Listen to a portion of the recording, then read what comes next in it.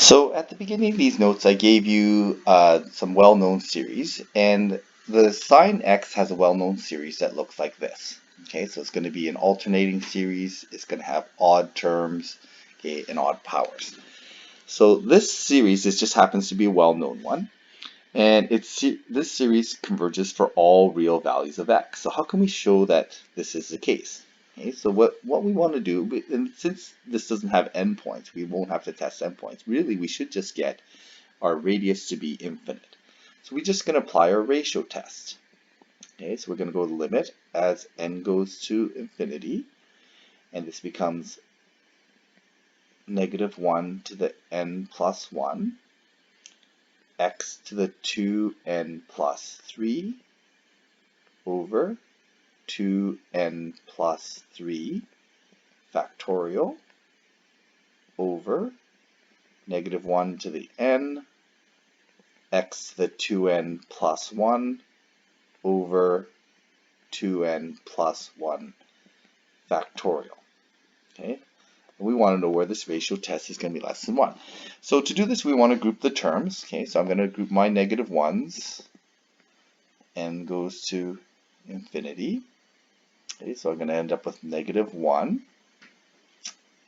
This is going to be x to the power 2n plus 1 in the denominator, x to the power 2n plus 3 in the numerator. This just becomes x squared. And I'm just going to switch colors here just to separate some of this stuff out. I'm going to have 2n plus 1 factorial in the numerator over 2n plus 3 factorial in the denominator. Okay, so before I can let this go to infinity, I need to simplify that factorial expression. Okay, so I'm going to end up with limit as n goes to infinity, -x squared. And so I'm going to do a couple steps here. So I'm going to do 2n plus 1 factorial on top. On the bottom, I'm going to do 2n plus 1 factorial. Okay, that allows that to cancel out. And then, but we still have 2n plus 2 and 2n plus 3 to make up that 2n plus 3 factorial. Okay, so this expression is equivalent to this one. It's just an expansion, and we do that so that we can cancel out some terms, because we can cancel those factorial terms out. So now I'm just left with this expression, and I want to know what happens as n goes to infinity. Well, I'm basically going to have n squared in the denominator. So I'm going to end up with 0. Okay, so I'm just going to write it out again. I'm just going to write it one more step here. I might start simplifying this a little. I might be using less steps as I get better at this, but for now, I really should write more steps out with the algebra that's involved.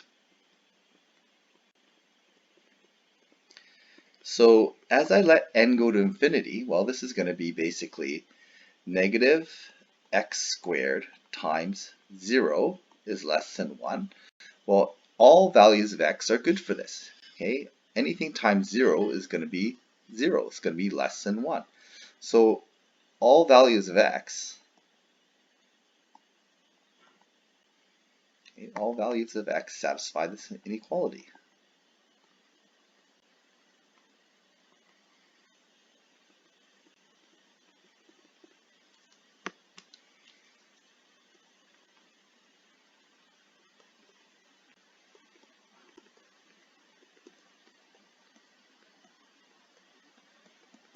Okay, so since all values of x satisfy this inequality, we know that we can use x as all real numbers as our domain for this interval of convergence.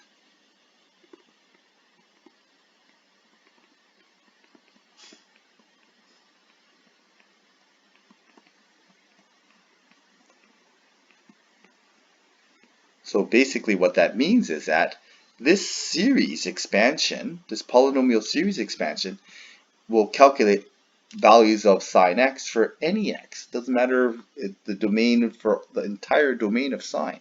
So in essence, this is what the add, subtract, times, divide calculation is that allows us to calculate sine values. So your calculator there's no a calculator can only add and subtract times and divide.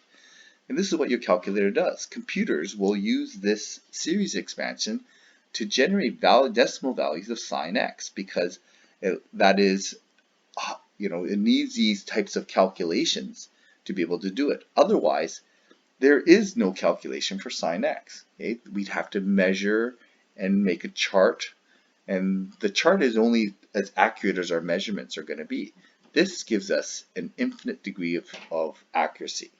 So this is why these series are very, very powerful.